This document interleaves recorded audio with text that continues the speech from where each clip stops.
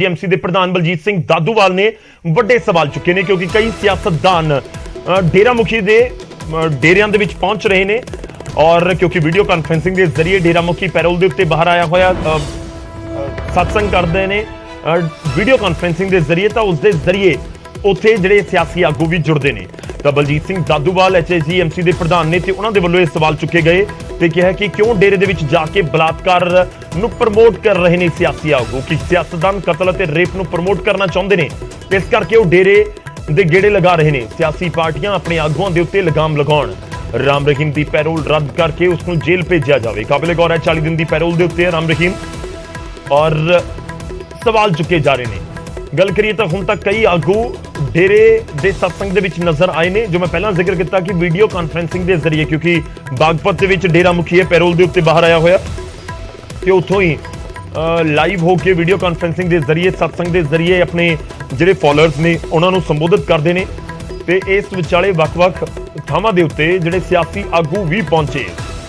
ਔਰ ਉਸ ਨੂੰ ਲੈ ਕੇ ਦਾਦੂਵਾਲ ਹੁਣ ਸਵਾਲ ਚੁੱਕ ਰਹੇ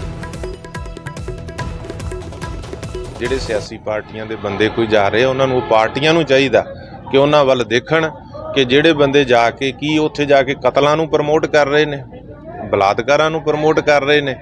ਜੇ ਉਹ ਪਖੰਡਵਾਦ ਨੂੰ ਇਹੋ ਜਿਹੇ ਪਖੰਡੀ ਜਿਹੜਾ ਕਾਤਲ ਤੇ ਕੁਕਰਮੀ ਉਹਨੂੰ ਪ੍ਰਮੋਟ ਕਰ ਰਹੇ ਆ ਤਾਂ ਕੀ ਉਹ ਕਤਲਾਂ ਨੂੰ ਤੇ ਬਲਾਤਕਾਰਾਂ ਨੂੰ ਪ੍ਰਮੋਟ ਕਰ ਰਹੇ ਆ ਇਸ ਕਰਕੇ ਉਹਨਾਂ ਸਿਆਸੀ ਪਾਰਟੀਆਂ ਨੂੰ ਵੀ ਸੋਚਣਾ ਚਾਹੀਦਾ ਤੇ ਉਹਨਾਂ ਨੂੰ ਆਪਣੇ ਜਿਹੜੇ ਆਗੂ ਨੇ ਉਹਨਾਂ ਦੇ ਜਿਹੜੇ ਲੀਡਰ ਨੇ ਉਹਨਾਂ ਦੀ ਲਗਾਮ ਖਿੱਚਣੀ ਚਾਹੀਦੀ ਹੈ ਮੈਂ ਸਮਝਦਾ ਜਿਹੜੇ ਜਾ ਕੇ ਇਹੋ ਜਿਹੇ ਗੁੰਮਰਾਹਕੁਨ ਜਿਹੜਾ ਹੈ ਸਮਾਜ ਦੇ ਵਿੱਚ ਪ੍ਰਚਾਰ ਹੋ ਰਿਹਾ ਉਹਨੂੰ ਬੜਾਵਾ ਦੇ ਰਹੇ ਆ ਇਹ ਬਿਲਕੁਲ ਬੰਦ ਹੋਣਾ ਚਾਹੀਦਾ ਤੇ ਰਾਮ ਰਹੀਮ ਦੀ ਪੈਰੋਲ ਰੱਦ ਕਰਕੇ ਉਹਨੂੰ ਜੇਲ੍ਹ ਦੀਆਂ ਸਲਾਖਾਂ ਪਿੱਛੇ ਢੱਕਣਾ ਚਾਹੀਦਾ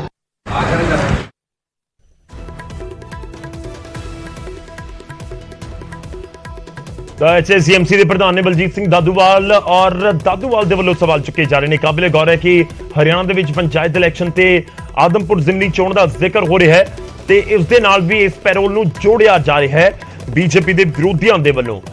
ਖੈਰ ਰੁਕ ਕਰਦੇ हैं ਸਾਡੇ ਨਾਲ रमन मलिक जी जुड़ रहे हैं हरियाणा बीजेपी तो रमन जी स्वागत है आपका देखिए लगातार मांग हो रही है और साल में तीसरी बार पैरोल देने के ऊपर भी सवाल उठाए जा रहे हैं कि डेरा के जो मुखिया हैं उनको अध्यक्ष को जिस तरह से पैरोल दी जा रही है इसको पॉलिटिसाइज किया जा रहा है या सियासत के साथ जोड़ा जा रहा है गौरव जी देखो दो तीन चीजें हैं जी ये समझना चाहिए कि पैरोल देने का और पैरोल मांगने का अधिकार किसका होता है और किसका नहीं इस विषय के ऊपर जब माननीय पंजाब और हरियाणा हाईकोर्ट अपना विवेक दे चुका है उसके बाद मंद बुद्धि लोगों को कम बोलना चाहिए क्योंकि कोर्ट की अनुपालना करना और कोर्ट ने जो बोला है वो Paramjit Singh versus state of Haryana CPW 3008/2022 की जो है उसमें CWP में नंबर 3008 उसके अंदर बहुत क्लियरली किसी और व्यक्ति के ऊपर नहीं ये गुरमीत राम रहीम जिनको अभियुक्त करा है कोर्ट ने जिनको गुनहगार माना है सजा दी है उनको कैसे मिलनी चाहिए किन कंडीशन पे किसको हार्डकोर क्रिमिनल कहेंगे नहीं कहेंगे इसको लेके एक याचिका डाली गई थी उस याचिका पे माननीय हाईकोर्ट ने अपना निर्णय दे दिया अब मेरे और आपके या स्वाति मालीवाल जैसे या दूसरे और बरसाती मेंढकों के जैसे किसी को भी ये अधिकार नहीं है कि आप कोर्ट के ऊपर इस प्रकार का व्यंग करें अगर आपको ऐसा लगता है कि माननीय जो हाई कोर्ट है उसके विवेक में ये नहीं है या उसको ये नहीं पता कि वो क्या कर रहा है तो आप सुप्रीम कोर्ट के पास जाइए ये है परिधि ये है न्याय जी अब बार बार कमेंट करना मैं आपसे ये पूछता हूँ जैसे ये लोग हैं चाहे वो स्वाति मालीवाल जैसे जिनसे अपना घर नहीं समझा जो अगर अपना घर नहीं संभाल पाई या जो दूसरे नेता आज बोल रहे हैं मैं उनसे पूछना चाहता हूँ INLD के हैं उनसे ये पूछिए कि उनको कितनी बारी पैरोल मिली ये जो बाहर घूम रहे हैं बेल के ऊपर माँ बेटा उनको कितनी बारी मिली ये जो जगह जगह माफी मांगते घूम रहे हैं अरविंद केजरीवाल और वो बार बार बकवास करते हैं और उसके बाद जब कंटेम्प्ट पिटीशन आती है तो फिर माफी मांगते हैं ये जो रमन जी आप हर चीज को उसी के साथ कंपेयर कर रहे हैं देखिए जिनकी तरफ से ये तर्क दिया जा रहा है उनकी तरफ से कहा जा रहा है कि डेरा मुखी के ऊपर आरोप लगे बलात्कार के और वो दोषी करार दिए गए। भाई कत्ल के बलात्कार आरोप के लगे, आरोप दोषी तो करार दिए गए। सुकन्या देवी के परिवार को गायब करने वाले के ऊपर भी लगे। वो फाइल पूरी गायब हो गई, उसमें लोगों को ही गायब कर दिया गया। उसके बाद ये बोला गया सुकन्या देवी नाम का कोई शख्स था ही नहीं। उसके बाद ये करा गया कि जी उसके तथ्यों को तोड़ा मरोड़ा गया स्टेट गवर्नमेंट और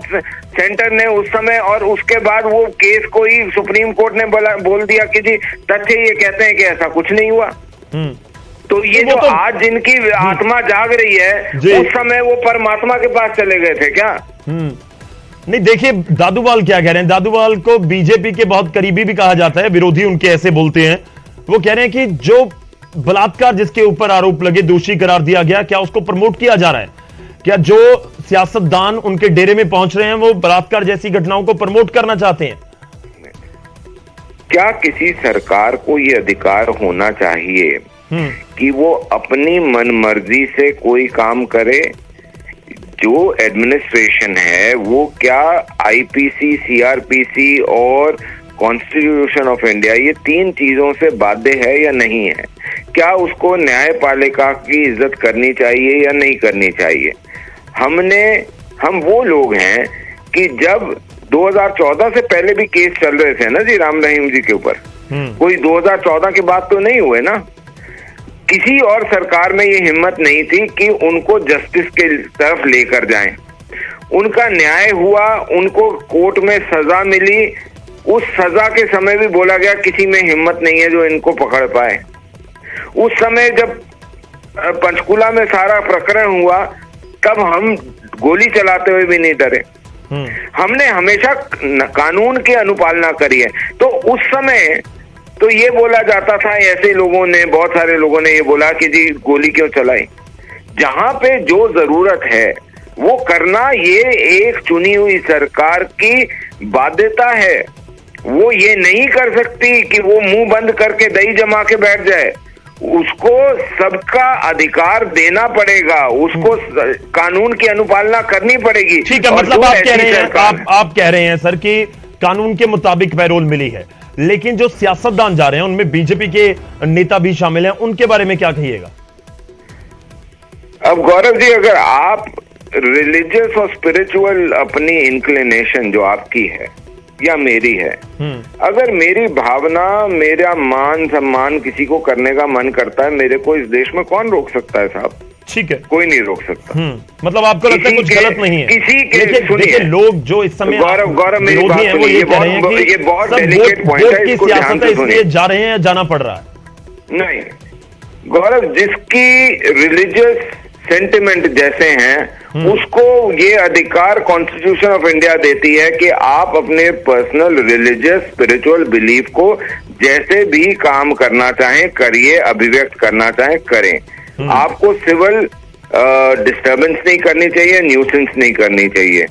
ये हमारी कॉन्स्टिट्यूशन कहती है ना जी। पूजा पद्धति का अधिकार हर एक को है। अब मैं आपसे ये पूछना चाहता हूं कि जो लोग जा रहे हैं, जो उनके कैरेक्टर के ऊपर या जो उनके इस कथन के ऊपर, इस करनी के ऊपर बोल रहे हैं कि आप ऐसा कर रहे हैं वैसा कर रहे हैं, मैं उनसे ये पूछना चाहता हूं कि हमारे को ये अधिकार किसने दिया कि हम किसी की पूजा पद्धति या फेथ के ऊपर इस प्रकार की टिप्पणी करना शुरू कर दें? फिर तो उसके बाद सेकुलर देश होना ही नहीं चाहिए।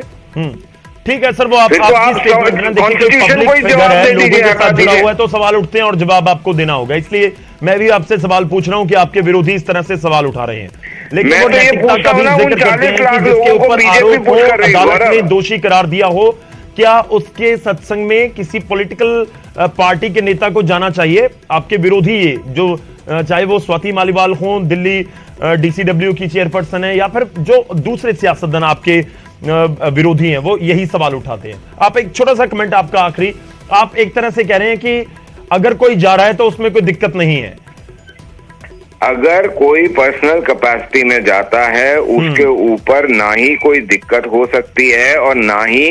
किसी का भी ये अधिकार है कि वो उस पर टिप्पणी करे, क्योंकि वो उसका पर्सनल मैटर है। ठीक है, अगर वो ऑफिशियल कैपेसिटी से जा रहा है तो जरूर आप उसके ऊपर टिप्पणी भी करें और सवाल भी पूछें, ये आपका अधिकार बनता है। लेकिन मैं आज आपसे एक छोटा सा सवाल आपके पास छोड़े जा रहा हूं, जिसका जवाब आप जरूर ढूंढिएगा कि अगर ये तर्क आप लोगों का और या उनका जो सवाल पूछ रहे हैं, अगर आप उसको उचित मानते हैं, तो मेरा भी एक तर्क है कि उसके बाद हर किताब के ऊपर सवाल करा जाएगा, हर व्यक्ति के ऊपर सवाल करा जाएगा, और उसके ऊपर भी सवाल करा जाएगा जो करंट डिस्पेंसेशन के ऊपर सवाल करता है। फिर लोकतंत्र मरेगा, इसकी गारंटी आप खुद सुनिश्चित कर रहे हैं। तो लोकतंत्र की हत्या ना करी जाए तो वो ज्यादा अच्छा है।